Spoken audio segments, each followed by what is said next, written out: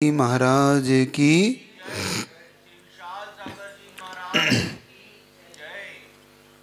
चलिए, छठा अध्याय तत्वार्थ सूत्र। जीवन के अच्छा बनाने के लिए या जीवन को और अच्छी तरह से समझने के लिए किस प्रकार से हम किंचित चीज़ों को करते हैं जिससे कि वो हमारे साथ अच्छा और बुरा होता है, ये यहाँ पर विषय आपके सामने है। हमने देखा कि हमारे मन वचन काया की प्रवृत्ति हमें ऐसी चीज़ से जोड़ देती है, ऐसी चीज़ से हमें कनेक्ट करती है जिसके कारण हम सुख दुख, अच्छा बुरा, ज्ञान, इन सब से प्रभावित होते हैं। तो जब हम इस चीज़ को समझने का पुरुषार्थ करते हैं कि संसार में एक कोज नहीं, तो हमें समझ में आता कि नहीं है, मैं स्वयं ही इसका करने वाला हूँ। मैं ही डायरेक्टर हूँ, मैं ही एक्टर हूँ, मैं ही हीरो हूँ, मैं ही विलेन हूँ। मतलब कुल मिला के हम ही इसके इस प्रोजेक्ट को लाने वाले भी हैं, हमें उसको भी डिस्ट्रॉय भी हमें करना है और उत्पत्ति भी हम ही करते हैं। तो क्यों ना हम अपने आप को कुछ इस तरीके से डाल लें जिससे कि हम चीज़ ही ना बने, तो जिससे कि हमें आगे हो ही ना, दुख ही ना हो और सुख भी हो तो ऐसा हो कि जो परमानेंट हो जाए। क्योंकि अभी जो सुख प्राप्त है हमें, वो परमानेंट नहीं है, वो कुछ क्षणिक है। मतलब कुछ पल के लिए मिलता है और थोड़ी देर बाद पुनः ही वह हमें से छूट जाता है। तो हमें यह समझना है कि हमारा जो सुख हो वो परमानेंट हो तो वो कैसे हो। तो इन चीज़ों को थोड़ा समझने के लिए फिर हमने देखा कि वह मन वचन काया ही हमारे साथ आश्रव यानी लाता है। किसको लाता है? तो वो शुभ और अशुभ इन दो चीज़ों को लाता है। तो वो शुभ और अशुभ क्या होता है? तो उन्होंने कहा था कि कसाय रहित कसाय सहित। जब हमारा अंदर से राग द्वेष परिणाम होता है तब वो कर्म हमसे कैसे जुड़ता है, और राग द्वेष नहीं करते तो हमसे कैसे नहीं जुड़ता ये।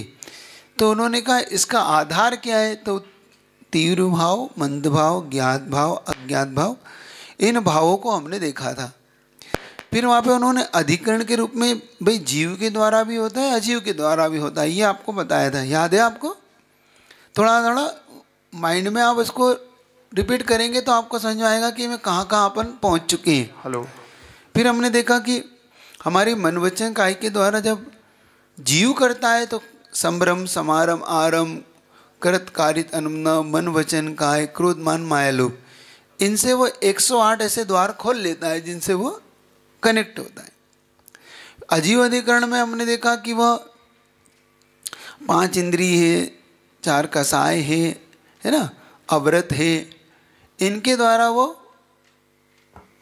उत्तर निवृत्ता, मूल निर्वर्तना, निर्वर्तना, निक्षेप, संयोग, द्विचतुर्दी संयोग, है ना, इस भेद है उनके बताए।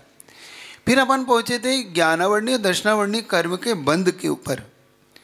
तो हमने देखा कि ज्ञानावर्णी कर्म विशेष तौर से जब हम कुछ चीज़ें ऐसी करते, ईर्ष्या करना, फिर छुपाना, गलत भाव करना, ज्ञान के साधनों का दुरुपयोग करना, ईर्ष्या रखते हुए ज्ञान नहीं देना, प्रकाशित किसी ज्ञान को कोई अच्छा कहता है तो उसमें भी हमें उससे भी ईर्ष्या फीलिंग होती है, या हमें अहंकार भाव आता है कि देखो ये अपने स्वयं के ज्ञान का अहंकार आ जाना, मैं कितना ज्ञानवान हूँ, ये चीज़।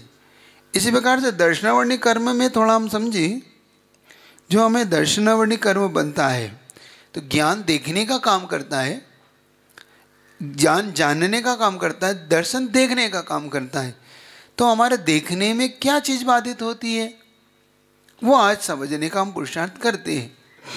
इसमें एक चीज़ कल आपसे कहा था कि हमारी स्वयं की वैल्यू क्या है या हमारे पे वैल्यू क्यों नहीं होती। तो यहाँ पे वो दर्शनावर्णी कर्म में एक चीज़ कह रहे हैं, आलस्य करना। जो व्यक्ति आलस करता है, प्रमाद जिसको बोलते हैं, आपकी भाषा में लेजीपना बोलते हैं, है ना। तो आप लेजी हैं, आलसी हैं, प्रमादी हैं, आप कार्य करने में ढिलाई करते हैं या टालने वाली जो नीतियाँ होती हैं ना, अधिकतम मैं आपसे पूछना चाहता हूँ, आप कार्य करके आनंद पाते हैं कि कार्य टाल के अधिकतम लोग आनंद पाते हैं? क्यों? आदमी व्यक्ति काम करके आनंद सुखी होता है कि काम टालने में उसे ज़्यादा समय देते हैं हम लोग? किस में समय देते हैं? क्यों? टालने में ना। हम ये सोचते हैं कि ये काम कोई कर ले और हम फ्री हो ले, काश हमें ना करना पड़े। और यही चीज़ शायद अपने हमारी वैल्यू कम करती है। देखो यहाँ पे दर्शनावर्णी कर्म को समझना, जब हम दर्शनावर्णी कर्म से बंधते हैं तो हमारे अंदर का जो दर्शन देखने की दृष्टि वो हमारे साथ परिवर्तन लाती है। अब हम इसको थोड़ा सा, मैं आपको अपनी पारलौकिक दृष्टिकोण से समझ जाता हूँ, तो समझना। बहुत से लोगों के घरों में वैल्यू नहीं होती उनकी खुद की, बहुत से लोग की ऑफिस में वैल्यू नहीं होती, घर में, बिजनेस में, परिवार में, मित्रों में, समाज में वैल्यू नहीं होती। क्यों नहीं होती मालूम आपका? उसका मुख्य, जो लोग आलसी होते हैं, जो लोग कर्म टालने की नीति बनाते, उनकी वैल्यू हमेशा कम होती है। देख लेना। अब थोड़ी देर के लिए आपको लगता है महाराज जी हम काम करते रहते हैं, हमारे ही मिसयूज होता रहता है। जब देखो जब हम ही कह देते हैं तुम कर लो ये काम। देखना ये समाज में यही होता है, जो काम बहुत करता है उसी को ही फ़ोन लगा देते हैं। हाँ भाई वो देख लेना जरा, महाराज जी के पास चले जाना, तुम बिहार करा लाना, अरे वो समाज का ये काम है कर लेना। या फिर घर में है तो घर में उसी को ही कहते हैं तुम ही देख लेना। एक्चुअली में ये आपकी वैल्यू है जो हम नहीं समझ पा रहे हैं। ये हमारी ज़रूरत है उसे, जो हमारी ज़रूरत के कारण वो हमें पुकार रहा है, हमें बुला रहा है, हमें कह रहा है। अब हम क्या समझ रहे हैं कि हम पे बर्डन है, हम पे बोझ है, हम पे बहुत ज़्यादा वो किया जा रहा है। लेकिन नहीं, ये एक समय आपकी वैल्यू लाता है, आपके अंदर ऐसी चीज़ कर देता है कि आदमी आपके बिना फिर चलता नहीं उसका काम।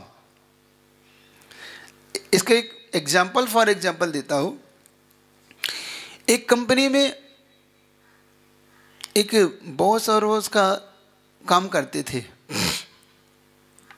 अब जो काम किया करता था उसका जो नीचे का छोटा जो एम्प्लॉय था बॉस का, तो बहुत सारे काम किया करता था। बॉस उसको बहुत टिप्स दिया करता था, देखो ऐसे किया करो, ऐसे किया करो, और वो काफ़ी उससे प्रभावित था।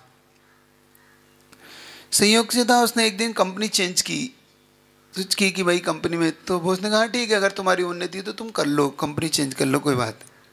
उसने कंपनी चेंज कर ली। कंपनी चेंज करने के बाद हुआ है कि जो मैंने आपसे कहा ना, उसको बहुत काम लेने लगे लोग। और जब काम लेने लगे लेकिन उसकी उन्नति नहीं हो रही थी, क्योंकि हर कोई काम लेता लेकिन उन्नति नहीं होती। तो उसने एक दिन अपने बॉस से पूछा कि मैं क्या करूं, मेरी वहाँ पे अब से ज़्यादा कोई उन्नति नहीं हो रही। तो बॉस ने कहा कि देखो, जब हमारी वैल्यू नहीं होती तो हमारी उन्नति नहीं होती, जब हमारी वैल्यू होती है तो हमारी उन्नति होती है। उसने कहा कैसे? तो उन्हें फॉर एग्जाम्पल बताया कि जैसे इतनी सारी लाइटें आपकी यहाँ कुछ जलती है, अचानक इसमें से एक बल्ब बुझता है, तो आप सबकी दृष्टि कहाँ जाती है? बुझे हुए बल्ब पे। क्या बात है भाई, अंधेरा क्यों हो रहा है, ये अंधेरा क्यों हो गया? तो कीमत वो अपनी बता रहा है कि मैं था तो यहाँ पे प्रकाश था, मैं नहीं होने से अंधकार है। तो आप सब उसकी एकदम से वैल्यू करने लग जाते हैं। तो उसने कहा कि बस यही उदाहरण दिया, तो उसने कहा समझ गए कि कभी कभी थोड़ा सा अपनी वैल्यू भी बताया कर। तो उसने कहा ठीक है। तो कभी कभी क्या करने लगा, वो थोड़ा सा छुट्टी लेने लगा एक आध दिन। अब जिस दिन छुट्टी लेता उस दिन हड़कम मच जाती, क्योंकि सबसे ज़्यादा काम ही वही करता था। अब जब वो बहुत ज़्यादा काम करता था तो उसकी लोगों को वैल्यू होने लगी कि नहीं भैया वो तुम्हारे बिना काम नहीं चलेगा, भाई वो कहाँ है, उसे ये बुलाओ। तो अपने आप ही उसकी पोस्ट, भाई नहीं उसने कहा सर मेरे को यहाँ काम में नहीं तुम्हारी पोस्ट हम बढ़ा देंगे, तुम्हारी वो बढ़ाएंगे, तुम्हारी जॉब में और अच्छा कर देंगे, तुम्हारा पैकेज बढ़ा देंगे। धीरे धीरे उसकी उन्नति हुई, लेकिन उसकी वैल्यू धीरे धीरे कम कैसे हो गई अब देखना। अब उसने उसका मिसयूज करना शुरू कर दिया। कभी 1 दिन गैप करता था महीने में, अब 2 दिन, 3 दिन, 5 दिन, 10 ऐसा शुरू कर दिया। तो एक दिन ऐसा आया कि कंपनी से निकाल दिया। तो वो अपने बॉस के पास पहुंचा, तो उन्हें कहा क्या हुआ? क्योंकि सर मुझे कंपनी से निकाल दिया। क्यों निकाल दिया? सर मैं 1 दिन नहीं गया, 2 दिन नहीं गया, 3 दिन नहीं कहा। तो उसने कहा तुमने अपनी वैल्यू अपने हाथ से कम कर ली। क्यों? कि देखो, जो बल्ब एक बार बुझता है तो व्यक्ति की दृष्टिकोण उस पर जाती है, तो उसे ठीक करके उसके स्विच को देखता है। लेकिन बार बार बल्ब बुझने लग जाए तो फिर बल्ब को निकाल के फेंक दिया जाता है। बात समझ में आ रही? उस बल्ब को निकाल के फिर फेंक दिया जाता है कि भाई ये तो बुझ रहा है, तो काम का ही नहीं है, बार बार जल रहा बुझ रहा है। तो फिर ऐसे ही व्यक्ति जगह जब टालने वाली नीति पे आता है तो अपने आप उसकी वैल्यू कम हो जाती है। आप अपने घर में अपनी वैल्यू कैसे करते मालूम? जब आप काम करते हैं तो आप लोगों की निगाह में आते हैं, और निगाह में आते हैं तो हर व्यक्ति आप उसकी ज़रूरत हो जाते हैं।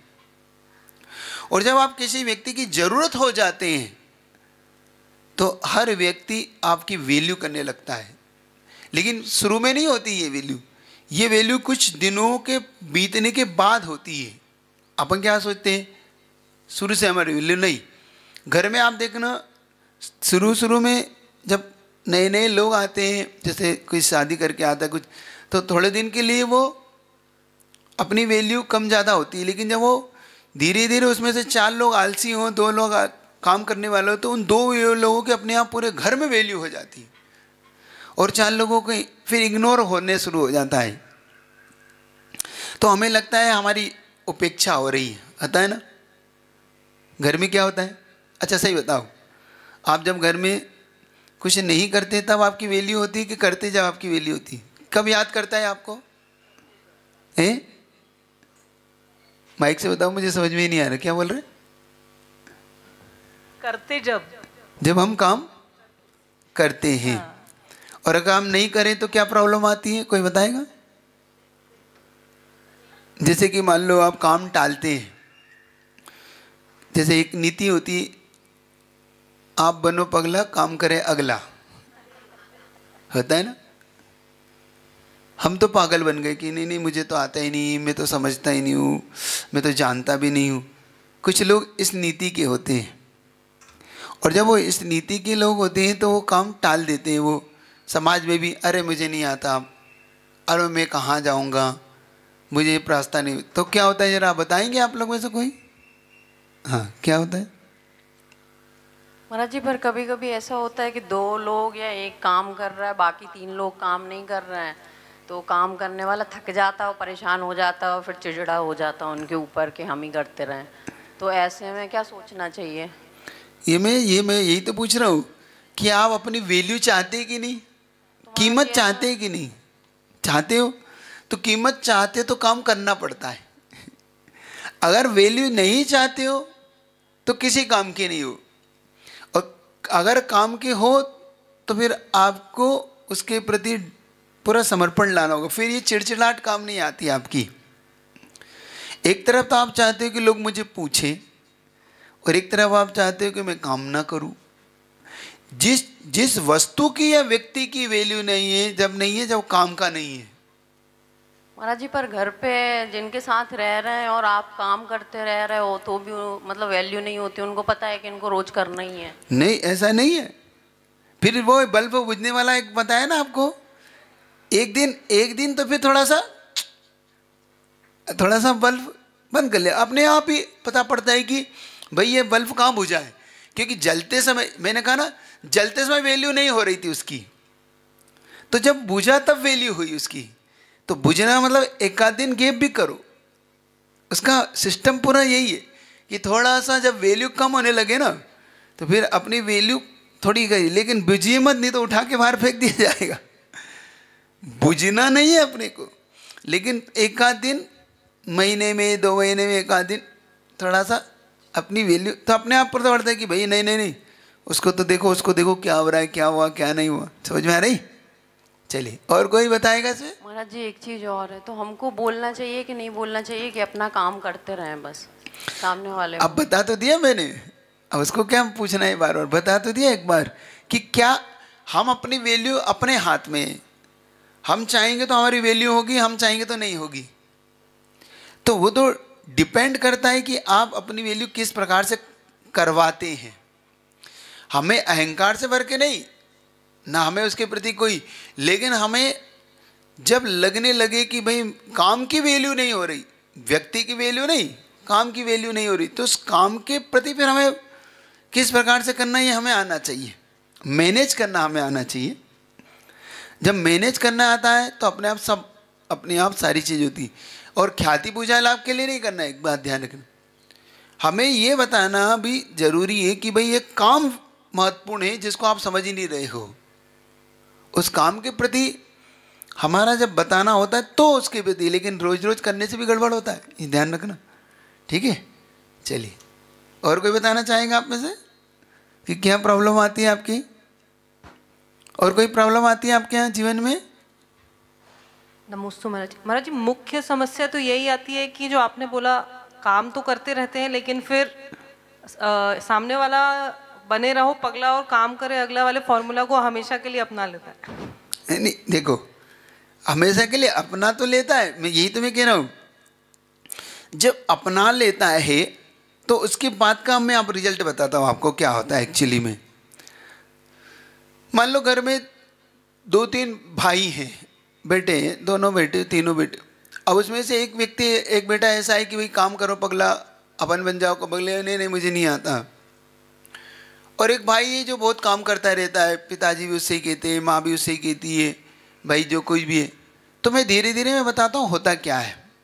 धीरे धीरे होता ये है कि फिर हर अच्छे काम में पिताजी कहते हैं नहीं उसको बोलो, उसको पता है, उससे पूछो चाबी कहाँ है तो उससे पता है, बैंक में क्या है तो उससे पता है, दुकान में क्या हो रहा है तो उसे पता है। तो धीरे धीरे होता है क्या है कि हर बाहरी व्यक्ति उसे जानने लगता है, हर घर का सदस्य भाई हाँ उनको पता है कि वो पूछ लो भैया, उन्हें घर का पता है कि क्या लाना है क्या नहीं लाना, क्या आएगा घर में उन्हें पता है, किसको क्या देना है उन्हें पता है। तो फिर धीरे धीरे वैल्यू बढ़ रही कि नहीं, समझो बात को। और धीरे धीरे उसने अपनी वैल्यू कैसे कम कर ली, फिर वो चिल्ला रहा है रो रहा है घर में, देखो मम्मी मुझे कोई मुझे कोई पूछता ही नहीं है, हर बाहर के व्यक्ति आता है भैया कोई पूछता है, उनसे ही पूछता है, वो मेरे से छोटा है फिर भी। तो भाई छोटा है तो उसके बावजूद उसने काम करने की जो अपनी पूरा समर्पण किया है, इसलिए उसकी वैल्यू हो रही है। बात समझ में आ रही। धीरे धीरे मैंने एक नरेंद्र मोदी का उदाहरण दिया था कि नरेंद्र जी मोदी जब कार्य करता थे तो कार्य करता करते वो दरी भी बिछाते, भोजन भी का व्यवस्था बनाते, वो कुर्सियां भी लगाते, वो ये बताते कि भाई बड़ा अधिकारी कहाँ रुकेगा, जब मीटिंग हो रही है तो कहाँ होगी, तो पूरा काम उन पे था। हर व्यक्ति भाई अरे नरेंद्र जी को दे तो दो, बेचारा लगा रहता है, हाँ वो ही कर लेगा, अपने को क्या करना। तो धीरे धीरे हुआ क्या, नरेंद्र मोदी के पास भाई भोजन व्यवस्था आ गई, दर बिछाओ तो तुम्हें बिछाना है, भाई तुम देखो होटल कहाँ रुकेंगे, तुम देखो कहाँ पे मीटिंग होगी। तो धीरे धीरे सारी चीज़ बर्डन आ गया, लेकिन वो थके नहीं, वो रुके नहीं। और जिनको आलसी बना था वो आलसी करके धीरे से कट जाते थे। और होता ही यही, हर जगह यही होता है, धीरे से वो ऊपर चला जाएगा, अरे मुझे बहुत अर्जेंट काम है, बहुत घर पे, वो घर जाके सो जाता है। वो सोचता है काहे को बुरा बनो, किससे बुरा बनना अपने, लेकिन वहाँ बुरा भला जो कुछ बनना वो व्यक्ति बनता रहता है। नरेंद्र जी भी ये हुआ। लेकिन नरेंद्र जी मोदी जब धीरे धीरे उन अधिकारियों को बड़े बड़े लोगों की निगाह में आने लगे, क्योंकि जब वहाँ पे प्रधानमंत्री लेवल के लोग, अटल बिहारी वाजपेयी, वडवानी और वहाँ के बड़े बड़े लोग, ये सब मुख्यमंत्री वहाँ के बैठते और वो सब मीटिंग करते भाजपा की, और आरएसएस के लोग, ये सब संघ के लोग। तो धीरे धीरे भाई अटल जी ने सुना कि भाई गुजरात में जो कुछ करना है सो नरेंद्र को पूछो, नरेंद्र जानता है, नरेंद्र जानता है। तो जब उन्होंने कहा भाई ये तो गजब का कार्य करता है, फिर उन्हें धीरे धीरे परिचित हुए, उसके नेचर से परिचित हुए। फिर कभी दिल्ली में मिले, दिल्ली में बुलाया, तो धीरे धीरे उनकी पोस्ट बढ़ने लगी। देखना उनका लेवल कैसे बढ़ा, जब उनको प्रचारक से और अच्छे लेवल पे लाए, अच्छे लेवल पे लाए। तो जब मुख्यमंत्री बनने की बात आई एक दिन गुजरात में, जब वो गोधरा कांड हुआ, तब उन्होंने कहा कि भाई, अटल जी ने कहा कि नरेंद्र मोदी इसको बनाओ, ये वहाँ का श्रेष्ठ कार्यकर्ता और सबसे ज़्यादा पहचान, क्योंकि वो ज़मीन से जुड़ा हुआ था और हर छोटे से और बड़े कार्यकर्ता उसके टच में था। तो हर छोटा और बड़ा कार्यकर्ता जब उनके टच में था, तो उसका परिणाम ये हुआ कि अटल जी ने निर्णय लिया कि नहीं, इस समय अगर कोई परिस्थिति संभाल सकता है तो मोदी नरेंद्र संभाल सकता है, क्योंकि हर व्यक्ति उससे टच में है, पुलिस अधिकारी टच में है, कार्यकर्ता टच में है, बड़ा व्यापारी टच में है। इसका फ़ायदा ये हुआ कि वो मुख्यमंत्री पद पे पहुंच गए, और मुख्यमंत्री पद पे जब उन्होंने अपना पूरा समर्पण दिखाया, तो आप जानते हैं आज वो कहाँ हैं। आज वो प्रधानमंत्री पद पे हैं। प्रधानमंत्री पद पे भी आज जब उन्होंने और डेडिकेशन दिखाया, तो आज पूरे विश्व में वो, मैं मानता हूँ कि सबसे ज़्यादा फॉलोअर उनके हैं, सबसे ज़्यादा उनकी पहचान है। तो आज हम उनको आज से 25 साल पहले देखने जाएं, 30 साल पहले देखने जाएं, तो हमें लगता है कि ये कैसा आदमी, वो कार्य करता है, अच्छा घिसता रहता, अपने क्या गया। लेकिन आज घिस घिस के क्या हो गया, वो घिस घिस के उसने जो अपनी चमक दिखाई, तो आज अपन सबके लिए वो, अरे क्या वैल्यू है। वो वैल्यू नहीं, वो घिसा है, उसने झाड़ू लगाई है, उसने बिछाया है। समझ में आ रही बात आपको? तो लगता है थोड़ी देर के लिए कि हमें मिसयूज हो रहा है, नहीं, आप जितना घिसोगे उतना चमकोगे, और जितना चमकोगे उतने महंगे हो जाओगे। समझ रहे हो? उतनी वैल्यू आपकी हो जाएगी, उतने कीमती हो जाओगे। ठीक है, तो समझने का पुरुषार्थ करना। चलो आगे बढ़ो। हाँ, क्या पूछा? नमस्ते महाराज। महाराज जी, आजकल के दौर में लोगों को एक्सपेक्टेशन ज़्यादा रहती हैं, और एक्सपेक्टेशन ही हमारे दुख का कारण बनती हैं। देखो, उनकी अपेक्षाएं होना उनके दुख का कारण है, हमारी अपेक्षा होना हमारा दुख का कारण है। तो उनकी अपेक्षाएं, तो वो दुखी होंगे, हम क्यों दुखी होंगे? समझ रहे? हम अपनी, हमारे अंदर जितनी भी क्वालिटी है, हम तो उस क्वालिटी से ही आगे बढ़ी है, लेकिन उस क्वालिटी को डेवलप करिए, छिपाइए मत। एक्चुअली में क्या होता है, जो लोग आलसी होते हैं, काम टालते हैं, वो अपनी क्वालिटी को छिपा लेते हैं। एक्चुअली वो अपने अंदर की कभी प्रतिभा को बाहर नहीं ला पाते। क्यों? क्योंकि उनका आलसीपना उन्हें लाने देता, उनका लेजीपना उन्हें आगे नहीं बढ़ने देता। आप जितने भी बड़े लोग हैं जिन्होंने एक बड़ा अच्छा लेवल पाया है, चाहे वो कंपनी में हो, चाहे वो बिजनेस में हो, राजनीति में हो, आप उनका थोड़ा सा पास्ट देखिए। जब उनका पास्ट देखेंगे, तो भूत देखेंगे, तो आपको पता पड़ेगा कि कहाँ प्रॉब्लम थी और उन्होंने कैसे उसको फाइट किया, और फाइट करने के बाद कैसे उभर के आए। वो कोई अचानक उभर के नहीं आता, हम सब देखते नहीं, एकदम से कोई प्रकट नहीं हो जाए। समझ में आ रही? जी महाराज। हाँ, तो अपने को ये समझना है कि धीरे धीरे धीरे धीरे करके हम अपनी योग्यता को खुद बाहर लेके आते हैं, चलेगा। ठीक है, तो इस प्रकार से ज्ञानावर्णी कर्म में आपको ये बताना था एक्चुअली में अपनी वैल्यू के बारे में। तो यहाँ पर समझ में आता है हमें। तो दर्शनावर्णी कर्म ये चीज़ होती है, समझ में आई आपको?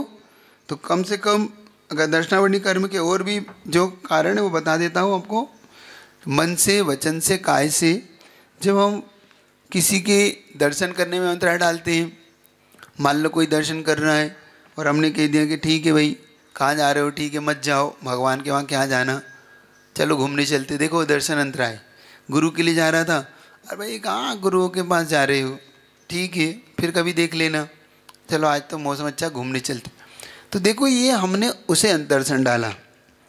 किसी की आंखें फोड़ देना, आंखें फोड़ देना तो अपन आंखें समझते हैं मनुष्य के लिए, क्या तिरंज की आंखें नहीं होती?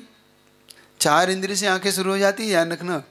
तो छोड़ो, जैसे आप कभी कभी इस तरीके से, अब प्रकृति रूप से बताता हूँ कि देखो हम अपनी प्रकृति को भी समझें, प्रकृति मतलब नेचर को समझे, तो भी हम कितनी जल्दी हमारा जिन शासन किस प्रकार से नेचर को संभालने की भी बात करता है और संभालता भी है। अब देखो आपका पोल्यूशन होता है, आप मान लो कोई गाड़ी ऐसी चला रहे हैं जिसमें खूब धुआं उठ रहा है, आप फटाके फोड़ रहे हैं जिसमें खूब सारी आवाज़ें हो रही, खूब सारा उसमें से निकलने वाला बारूद बहुत सारे वातावरण को ख़राब कर रहा है, ऐसी फैक्ट्रियाँ चला रहे हैं, तो देखो सरकार तो इसको गलत मानती है ना। लेकिन देखो जैन शासन, हमारा दर्शन भी इसे गलत मानता है और इससे दर्शनावलीकरण को बंद होता है। मान लो हम बहुत ज़्यादा फटाके फोड़ते हैं, तो जैसे 4 इंद्रिय है और छोटे छोटे जीव हैं जिनकी हत्या हो रही है, उनकी आंखें फूट रही हैं, ये सब हमारे कारण हो रहा है। तो ये दर्शनावलीकरण के बंद के कारण है। देखो आंखें फूटने का जो दिया ना इन्होंने यहाँ पे, वो समझना। फिर इंद्रियों के विपरीत प्रवृत्ति, मतलब इंद्रियां हैं हमारी। अब कुछ लोग आँखों में, कानों में, नाकों में आजकल कुछ उल्टा सीधा पहनते हैं ना, तो कुछ चीज़ें इंद्रिय की विपरीत प्रवृत्ति मत करो, जिसकी जो है उसका वही उपयोग करो। फिर कह रहे हैं अपना दीर्घ निद्रा, मतलब लंबे समय तक सोना। कल कहा था ना आपसे, बहुत लोग लंबे समय तक, भाई अभी 8 ही बजा है, 9 ही बजा है, अभी तो सोने दो। कुछ लोगों का तो दिन ही कब उगता है, 12 बजे, 1 बजे, 10 बजे। कुछ लोगों के शायद मुर्गे लेट उठते है ना, उनका मुर्गा शायद 2-10 बजे उठ के बोल रहा है, तब वो उठते हैं। लेकिन एक बात बताओ, अगर आप इसको दृष्टिकोण से देखो तो उन्होंने कहा कि भाई जो जल्दी उठता है 6 बजे से, उनका वो देवता होता है। देखना, पहले ऐसे हमें समझाते थे। वो 6 के 7 तक उठता है तो कहते हैं वो भाई मनुष्य होता है कि भाई 6 से 7 के बजे उठ गया, और 7 के बाद उठता है तो तिर्यंच है, और 8 के बाद तो उनका राक्षस है। सुन रहे हो? तो अधिकतम लोग क्या है, तिर्यंच के राक्षस। हम तो देवता है ना। 5 से 6 के बीच में हम उठ जाते हैं, 6 से 7 में मनुष्य उठ जाता है, 7 से फिर। तो आप समझो तो पहले एक पुराण ग्रंथ में मैंने कहीं पढ़ा, जब महाराज के मुख सुना, कि जब हनुमान लंका ढूंढने के लिए निकले, देखना, तो उन्होंने कहा कि पूछा कि प्रभु मैं लंका को पहचानूंगा कैसे, क्योंकि समुद्र से मैं गुजरूँगा और बीच में बहुत सारे ऐसे देश भी पड़ेंगे, टापू पड़ेंगे जहाँ पर बहुत सारी नगरियाँ होंगी। तो उन्होंने हनुमान को एक ही युक्ति बताई कि हनुमान एक बात ध्यान रखना, अगर रात में पहुँच रहे हो और रात में वहाँ लोग घूम रहे हो और दिन होते ही वहाँ पे खुर्राटे की आवाज़ आ रही, नींद आ रही हो, तो समझ लो ना वही लंका है। समझ रहे हो? और जहाँ रात में सो रहे हो और दिन में जग रहे हो, समझना वो लंका नहीं है। तो आपका घर क्या है? लंका तो नहीं है, राक्षस वाली फीलिंग तो नहीं है। समझो, जो लेट नाइट सोने वाले लोग, कहीं घर को लंका तो नहीं बना रखा है? राक्षस तो नहीं हो? जुड़ जाते हो, रात में सोते हो, दिन में सोते हो। तो ये सोना आलस बताई दिया। और कुतीर्थ प्रशंसा, एक और चीज बता देता हूँ, फिर अगले सूत्र पे आ रहा हूँ। कुतीर्थ प्रशंसा, कुतीर्थ मतलब जो सही नहीं है उसकी प्रशंसा। अब देखो कुछ लोग मेरे से कुछ कह रहे थे ना कि महाराज हम घूमने तो जा ही सकते हैं, हम वहाँ पे जाएंगे। देखो वहाँ जाने से भी आपको दर्शनावली कर्म का बंद होता है, क्योंकि वहाँ आपके मुख से निकलेगा ही, निकल ही जाता ना, बहुत अच्छा है यहाँ तो, कितना अच्छा है, कितनी अच्छी फैसिलिटी है, कितने अच्छे लोग हैं यहाँ, तो बहुत कर देते हैं आप प्रशंसा। ये कुतीर्थ प्रशंसा है। और कभी कभी तो हम अपने धर्म, मतलब हम अपने शासन की निंदा कर देते हैं। क्या? अरे हमारे वहाँ तो कुछ भी नहीं है।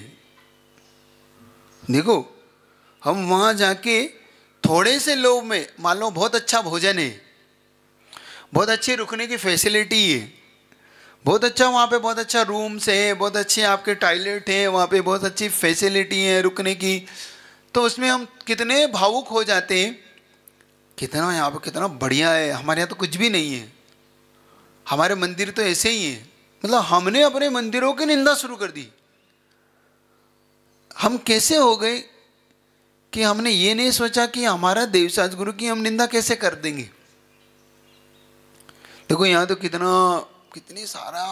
बढ़िया चमक धमक के, देखो कितने वहाँ गाड़ी घूमते, हमारे साधु तो पैदल ही चलते रहते। क्या है अपने यहाँ, क्या है, कुछ नहीं, हमारे कोई अतिशय नहीं दिखता। वहाँ पे तो देखो उन्होंने भभूत दी, ऐसा हो गया।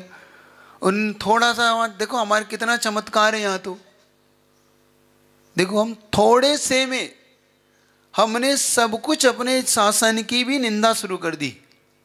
बात समझ में आ रही नहीं आ रही, ऊपर से आ रही।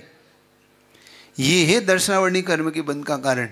ये है पाप आश्रव जो आगे जाके हमारे लिए दुखदायी हो जाता है। तो आपको अगर समझ में आ रही हो तो समझने का पुरुषार्थ करना। कभी भी इस प्रकार से दर्शनावरणी कर्म का बंध से बचिएगा। कुतीर्थ प्रशंसा, कुतीर्थों को जाना, अनायतन, अनायतन जानते हो ना, कुगुरु, कुदेव, कुशास्त्र, और कुगुरु के मानने वाले, कुदेव के मानने, कुशास्त्र के मानने वाले, ये 6 अनायतन होते। इनकी प्रशंसा, इनके लिए प्रणाम, विनय, ये सब करना कुतीर्थ प्रशंसा में आता है। ये आपको याद रखना है, ठीक। चलिए अगला सूत्र ले रहा हूँ। ये गजब का सूत्र है। ये सूत्र हमें ये बताएगा कि हमारे जीवन में एक्चुअली में दुख कैसे क्यों आता है, क्यों हम विशेष तौर से असाता वेदनी का बंद करते हैं, ठीक है। तो 11 नंबर का सूत्र निकालिए जिसके कारण से आपको दुख आते हैं, दुख का अनुभव होता है। तो सूत्र निकाल लिया, तुम बोल पढ़ूं मैं, निकालिए। दुख, शोक, ताप, आक्रंदन, वद, परिदेव, नान्यात्म, परोभय, स्थानान्य, सद्वेद्यस्य। अब दुख, शोक, ताप, आक्रंदन, वद, परिदेव, नान्यात्म, परोभय, स्थानान्य, सद्वेद्यस्य। हाँ पढ़िए अच्छे से। हाँ अब देखो, जो लोग बहुत ज़्यादा दुखी, एकदम दुखी दुख करते रहते हैं, कुछ लोग का स्वभाव ऐसा नेचर ही हो जाता है कि दिन भर दुख में ही डूबे से ही रहते। उनके चेहरे पे ऐसा लगता है कि कभी प्रशंसा होगी कि भी नहीं, इनको कभी खुशी मिली भी है कि नहीं, बिल्कुल बिल्कुल दुखी से बने रहते। तो देखो दुख, फिर शोक, फिर आता है ताप, आक्रंदन, वध और परिदेवन। ये 6 चीजें हैं, देखना। अब दुख क्या होता है? पीड़ा रूप जो आत्मा का परिणाम है। अंतरंग में जो पीड़ा का भाव हमेशा बना रहता है, किसी भी कारण से बना रहे, तो जब हम ये नहीं समझ पाते कि हमारा पीड़ा का एक कारण किस कारण से है, तो एक्चुअली इसलिए हमें वो बना रहता है। हमें लगता है कि भाई हमारा साथ ही ऐसा होता है, मेरे साथ ही दुख हो लगा रहता है, मुझे ही दुख दिया जाता है। तो ये जो भाव हमारे अंदर का है, आत्मा का परिणाम जो है, ये हमें समझना है कि ये क्या कारण है दुख का। तो ऐसे आत्मा के परिणाम जो हमें उसके दुख में हमें बनाए रहता है। अब यहाँ पर अपने में और दोनों में, दूसरे में, या तो दुख स्वयं को देना या दूसरे को दुखी करना, दोनों समझना है। यहाँ पे दोनों रूप से समझना कि सिर्फ अपने लिए नहीं, हम दूसरे को भी अगर दुख दे रहे हैं तो भी आशाता वेदनी का बंध हम कर रहे हैं। मतलब हम कुछ ऐसा बोल रहे हैं या इस प्रकार से हम कुछ कर रहे हैं जिससे सामने वाला बहुत ज़्यादा दुखी हो रहा है हमारे कारण, या हम ही इससे अपने आप को एकदम दुखी बनाए रखा है अपने आप को हमने। तो हम पीड़ा स्वयं को देना, दूसरे को देना, कुछ लोग अपने आप को पीड़ित कैसा ही करते रहते थे, हमेशा पीड़ा का ही एहसास करते रहेंगे, पीड़ा ही देते रहेंगे स्वयं को, किन्हीं किन्हीं कारणों से, विचारों से, अपने आप को कोसते रहते हैं ना। देखो मैं बता रहा हूँ, जब हम ये कहते हैं मेरा तो भाग्य खराब है, समझना ये असाधा वेदनी का बंध हमें करा रहा है। इसलिए एक बार मैंने आपसे कहा था, कभी भी अपने भाग्य को मत कोसो। जब हम अपने भाग्य को कोसते हैं तो नियम से हम दुर्भाग्य ही होने लगते हैं। मेरे साथ ही बुरा होता है, मैं तो हूं ही ऐसा, मुझे याद नहीं होगा। कुछ बच्चे होते ना, मुझे याद नहीं होगा। देखो क्यों, वो डायरेक्शन उनका गलत हो गया। उन्होंने क्या चीज कर ली जिससे उनको ये सब ये चेंजेस नहीं आ रहा उनके जीवन में। मेहनत भी करते हैं वो, लेकिन जब वो ये चीज एक्सेप्ट कर लेते हैं कि बेकार है, मैं तो मालूम है मुझे मेहनत करूँ कुछ नहीं होगा।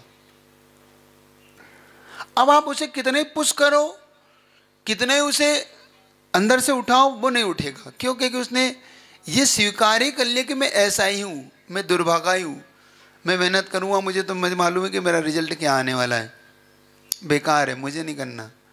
और फिर करता है तो बेमन से करता है, फिर उसके देह से कहते हैं धक्का मार। आप कहते नहीं नहीं करो करो अच्छा होगा, फिर थोड़ा बहुत करता है, फिर वो नहीं नहीं मुझे नहीं करना, मुझे तो मालूम है।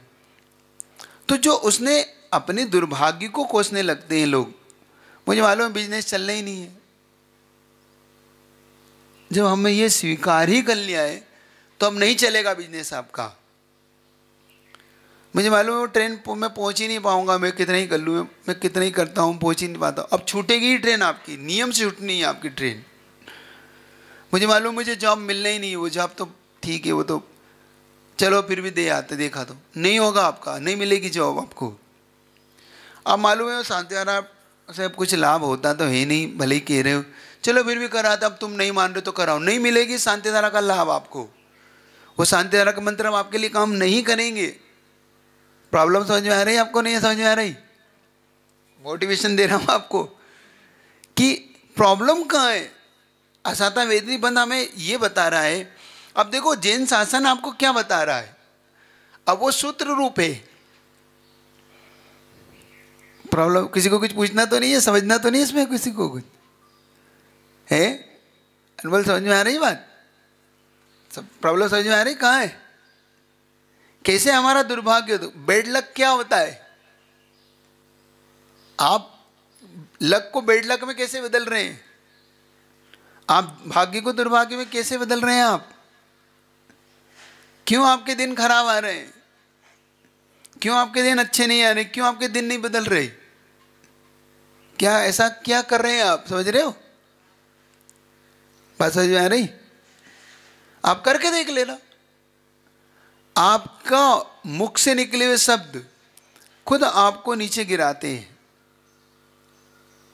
लेकिन महाराज बोलने से तो नहीं होगा, मैं भी मानता हूं बोलने से नहीं होता है, लेकिन धीरे धीरे वो आपके साथ जुड़ने लगता है। ये मैं कह रहा हूं, एक दिन में नहीं होता ये कार्य, ये भी मैं स्वीकार करता हूं। आपने कह दिया बेड लक है, तो बेड लक एकदम नहीं होता। जब हम रोज रोज ये कहने लगते हैं, क्योंकि हमारा नेचर होने लगता है, नहीं नहीं मेरा तो भाग्य खराब है, नहीं नहीं ये होगा ही नहीं, मैं हजारों बार देख लिया कुछ नहीं होता, बस समझ लो अब कुछ नहीं हो सकता। असाता वेदनी, क्योंकि क्या हो रहा है इसके साथ, एक्चुअली में असाता वेदनी का बंद हो रहा है। तो असाता वेदनी साता लाने ही नहीं देगी आपको, वो सुख लाने ही नहीं देगी, क्योंकि आप तो दुख को बांधते चले जा रहे हो, दुखित होते नहीं हो, हमेशा दुखी बने रहते हो, हमेशा अपने आप को दुखी करते हैं, अपनी आत्मा को दुखी बनाए रखते हो। तो ये नहीं करना है हमें। तो ये जो सूत्र बहुत काम का सूत्र है, ये आपको जबरदस्त मोटिवेशन भी देगा। ये सूत्र अगर समझ लिया तो आपको एक रास्ता खोल देगा, आगे की बहुत सारे बाधाओं को हटा देगा, अगर इस सूत्र को सही चीज पढ़ ली। क्योंकि ये दो सूत्र आ रहे हैं, एक सूत्र आ रहा है आपका 11 नंबर का आ रहा है, वो बंद का कारण क्यों दुख होता है। दूसरा सूत्र आपका आ रहा है कि कैसे आप सुखी होंगे। तो 12वां सूत्र आएगा आपको कैसे सुखी बनना है, तो क्या करेंगे जिससे आप सुखी होंगे। ये सिर्फ शास्त्र नहीं है जैसे आप समझ रहे, तो ये शास्त्र मात्र नहीं है, ये शास्त्र के साथ साथ आपके लिए बहुत कुछ देने वाला है। समझ में आ रही बात, नहीं आ रही? तो आपके 7 बज गई। हाँ, कुछ पूछना हो तो जल्दी पूछ ले, फिर 7 समय हो रहा है। ओम नमोस्तु महाराज जी। महाराज जी, इसमें बताया है कि दूसरों को कष्ट देने से भी असातावेदनी कर्म बनता है। हाँ। कई बार प्रैक्टिकल लाइफ में हम दूसरों को कष्ट देते हैं, जैसे अगर हम किसी की ट्रेनिंग करा रहे हैं, उसको बहुत दौड़ा रहे हैं, बहुत उसको ट्रेन कर रहे हैं, जिससे उसका अच्छे से इम्प्रूव हो, स्टेमिना इम्प्रूव हो। देखो, तो अब आपने खुद नहीं कह दिया, आपका भाव क्या था? उसका इम्प्रूव हो, वो बड़े दुख देने का भाव था क्या? दुख देने का भाव नहीं है। हम आप समझो, या ये कह रहे हैं कि दूसरे को दुखी करने का भाव करना, आपका वो भाव नहीं है। जैसे कभी कभी बेटे को मारना पड़ता है, बच्चों को डांटना पड़ता है, कभी कभी माँ भी करती, कभी शिष्य को गुरु भी डांटता है, कभी कभी आपकी समाज को भी साधु थोड़ा सा फटकारता है कि नहीं ऐसे मत करो, ऐसे किया करो, ऐसा होना चाहिए, आपके समाज में ये व्यवस्था व्यवस्थित करिए। तो वहाँ गुरु का, माता पिता का, शिष्य का या इनका वहाँ पे दुख देने का काम नहीं है। वो चाहते हैं कि आप इसको अच्छे ढंग से करोगे तो कुछ आप अच्छे बन जाओगे। तो वह दुख नहीं है, आपको अच्छा बनाने के लिए। तो अच्छा बनाने के लिए वहाँ असातावेदी नहीं बनता। जब हम उसे अलग ढंग से करते हैं तब हमारे लिए दुखी नहीं बना रहे, हम उसे सुखी बनाने का रास्ता दे रहे हैं इसलिए। और सुखी बनाने के रास्ते पे तो कष्ट होती ही। जैसे मान लो, अगर ऐसे ही मान लोगे तो तीर्थंकरों ने कहा कि भाई कैसलोच करो, पैदल चलो, एक समय करो, अंतराय पालो। अब ये सब दुख के कारण है। कैसलोच करेंगे तो कष्ट होगा कि नहीं होगा? पैदल चलेंगे तो कष्ट होगा। तो इसका मतलब असातावेदी बंदेगी क्या उनको? नहीं, क्योंकि ये मार्ग मंजिल को पाने का मार्ग है, इसलिए उन्हें ये नहीं हो सकता। चल। नमोस्तु महाराज। नमोस्तु महाराज जी। नमोस्तु महाराज जी। पूजन करते करते क्लास में आए तो महाराज को दोस्त नहीं है क्या? पूजन करते करते क्लास में आए क्या अपन? हाँ, तो आप देखो। वो तो आपको देखना है, उसमें मैं क्या बताऊँ? छोड़ के आए तो कोई तो आप देखिए आपको क्या इम्पोर्टेंस है, आपकी क्या अनिवार्यता किस पे, वो देख लीजिए। तो अभी आपको लगता है कि भाई क्लास के बाद पढ़ सकते, तो क्लास के बाद आप पूजा कर लें, है ना? यह क्लास तो मैनेज करिए, दोनों आपको करना है, आवश्यक आपकी है। इतनी रखता हूँ। बोले गुरुदेव विद्यासागर। हाँ, क्या कहे? महाराज जी, हम कभी कभी कुछ बोल देते हैं, उससे सामने वाला दुखी हो जाता है और ये नहीं पता चलता कि कितना दुखी है, पर हो जाता है। तो वो भी आप उसमें वो छोड़िए कि वो कितनी दुखी हो रहा है। आपका इंटेंशन क्या है? दुखी बनाने का है? नहीं, बस बात खत्म। हमारा इंटेंशन दुखी बनाने का नहीं है। अब सामने वाला उसे गलत ले रहा है तो मैं क्या कर सकता हूँ? मैंने इंटेंशन था भाई उसकी उन्नति हो, वो अच्छा हो, थोड़ा सा अपने आप को चेंजेस करेगा तो उसकी उन्नति हो जाएगी, वो बढ़िया हो जाएगा। तो बस इंटेंशन के ऊपर चीज़ें हैं, हमारे भाव ही हमें मुख्य बनाते हैं।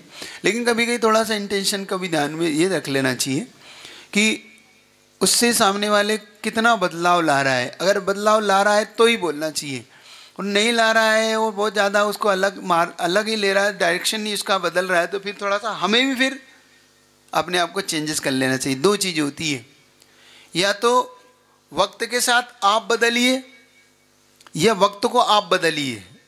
सुन रही है?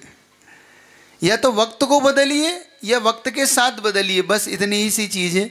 बाकी सब चीज़ें तो संसार में चलती रहती है। बोले गुरुदेव विद्यासागर जी महाराज की जय।